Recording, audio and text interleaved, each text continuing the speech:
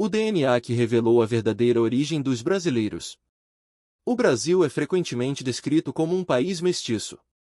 Uma nação formada pelo encontro de três povos, o indígena, o europeu e o africano, que se misturaram ao longo de 5 séculos de história compartilhada para produzir uma população única no mundo, de uma diversidade fenotípica que vai do loiro de olhos azuis do sul gaúcho ao negro retinto do recôncavo baiano, passando por todas as combinações imagináveis de traços, tons de pele e texturas de cabelo que existem entre esses dois extremos.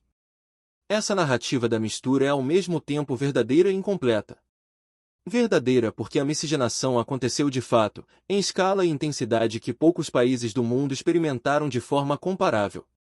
Incompleta porque a versão simplificada de três povos que se encontraram e se misturaram harmoniosamente obscurece uma realidade genética muito mais complexa, muito mais rica e em muitos aspectos muito mais perturbadora do que qualquer aula de história do ensino médio foi capaz de transmitir. Foi a ciência do DNA que começou a revelar essa realidade com uma precisão que nenhuma análise histórica ou sociológica havia conseguido alcançar. E o que os genes dos brasileiros têm a dizer sobre a origem desse povo é uma das histórias mais fascinantes, mais surpreendentes e mais reveladoras que a ciência brasileira já produziu. O marco inicial dessa história científica pode ser localizado com razoável precisão. Em 2000, um grupo de pesquisadores da Universidade Federal de Minas Gerais liderado pelo geneticista Sérgio Pena publicou os resultados de um estudo que analisou o DNA mitocondrial, um material genético transmitido exclusivamente pela linha materna, de mãe para filho, sem mistura com o DNA paterno, de uma amostra representativa da população brasileira. Os resultados foram tão surpreendentes que geraram manchetes em jornais de todo o país e reacenderam um debate sobre identidade, raça e origem que o Brasil jamais havia conseguido encerrar definitivamente. O estudo revelou que mais de 60% dos brasileiros que se identificavam como brancos, e que tinham aparência fenotípica europeia, carregavam em seu DNA mitocondrial linhagens de origem indígena ou africana. Em outras palavras, mais de metade dos brasileiros de aparência europeia descendiam, pela linha materna, de mulheres indígenas ou africanas. Não como exceção. Como regra. Essa descoberta tinha implicações que iam muito além da genética. Ela revelava algo sobre como o Brasil havia sido formado que os livros de história contavam de forma incompleta. A miscigenação brasileira não foi um processo simétrico de encontro entre povos. Foi um processo profundamente assimétrico, marcado pela violência da colonização, pela escravidão e pela exploração sexual sistemática de mulheres indígenas e africanas por homens europeus. O DNA contava essa história com uma frieza e uma precisão que nenhum documento histórico havia conseguido quantificar. Nos anos seguintes, outros estudos foram aprofundando e expandindo esse retrato genético. O projeto DNA do Brasil, coordenado pelo próprio Sérgio Pena, analisou amostras de diferentes regiões do país e produziu um mapa genético de uma complexidade que surpreendeu até os próprios pesquisadores. O estudo do cromossomo Y, transmitido exclusivamente pela linha paterna, de pai para filho, revelou que a esmagadora maioria dos brasileiros, independentemente de sua cor de pele ou identidade racial, carrega linhagens paternas de origem europeia. A combinação dos dois resultados contava uma história inequívoca sobre como o Brasil havia sido geneticamente construído. Mas a história não parava nos três povos fundadores. Estudos posteriores, com tecnologias de sequenciamento genético cada vez mais sofisticadas e amostras cada vez maiores, foram revelando camadas adicionais de complexidade que a narrativa simplificada da mistura entre indígenas, europeus e africanos não conseguia capturar. A imigração do século XIX e início do século XX, italianos, alemães, espanhóis, poloneses, japoneses, sírios, libaneses e dezenas de outros grupos que chegaram ao Brasil entre 1870 e 1940, deixou marcas genéticas que variam enormemente de região para região. O sul do Brasil tem um perfil genético que em algumas cidades se aproxima mais da Europa do que de qualquer outra região do país. O Amazonas carrega uma das maiores diversidades de linhagens indígenas do mundo. A Bahia tem concentrações de linhagens africanas que refletem diretamente as rotas do tráfico de escravizados. E então há as surpresas.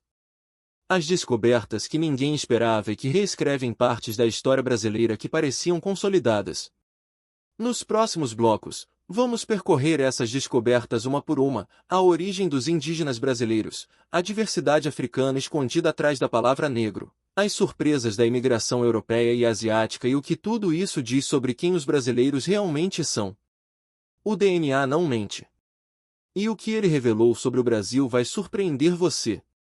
Antes de qualquer navio português cruzar o Atlântico, antes de qualquer navio negreiro deixar a costa africana, o território que hoje chamamos de Brasil já era habitado há pelo menos 13.000 anos, possivelmente muito mais, dependendo da interpretação das evidências arqueológicas do sítio de Pedra Furada no Piauí, que alguns pesquisadores datam em até 50.000 anos de ocupação humana. A questão de onde vieram esses primeiros habitantes do continente americano foi uma das mais debatidas da antropologia do século XX. A resposta que o DNA forneceu confirmou parcialmente e complicou significativamente o modelo estabelecido. O modelo tradicional, a travessia do Estreito de Bering por populações vindas da Sibéria há aproximadamente 15.000 anos durante o último período glacial, quando o nível do mar estava mais baixo e uma ponte terrestre conectava a Ásia ao continente americano, foi confirmado como o evento migratório principal pelo sequenciamento genético de populações indígenas americanas.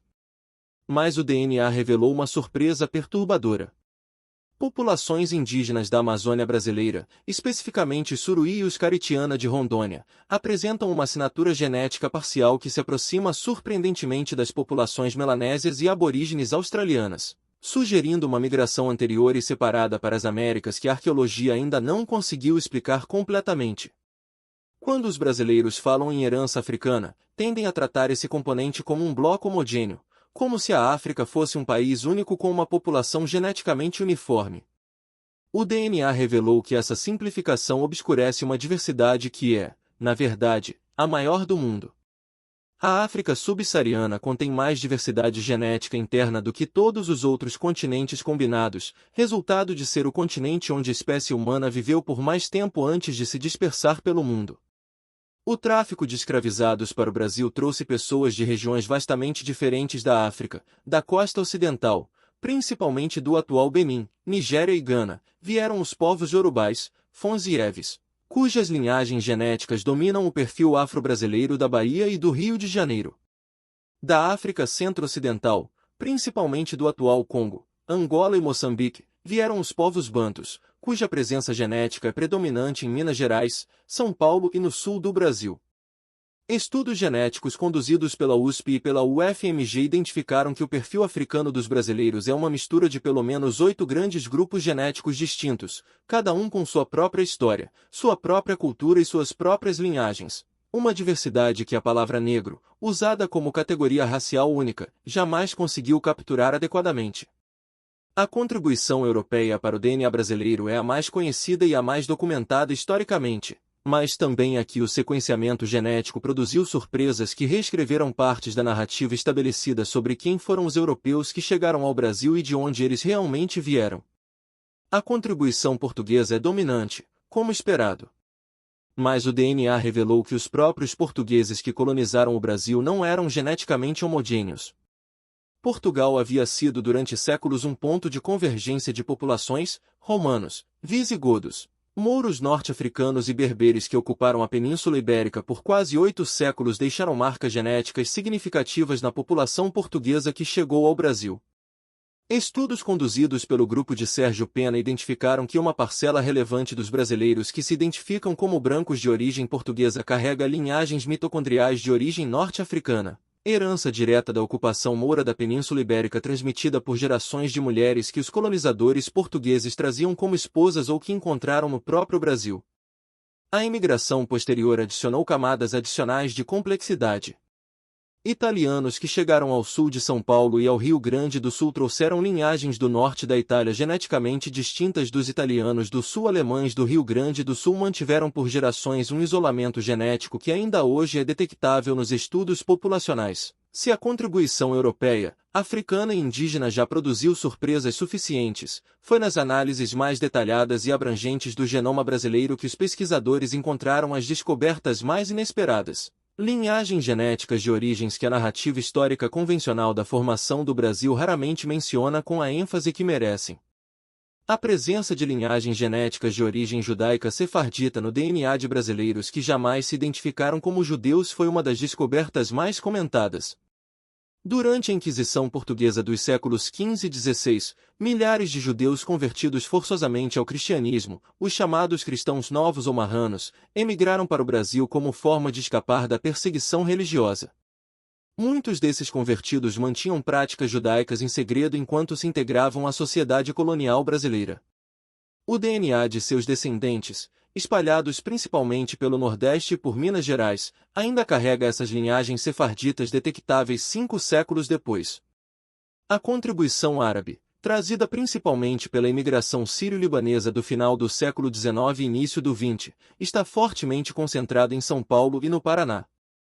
O Brasil tem a maior população de descendentes de libaneses fora do próprio Líbano, uma herança genética que estudos recentes estimam em mais de 7 milhões de brasileiros com ancestralidade árabe detectável.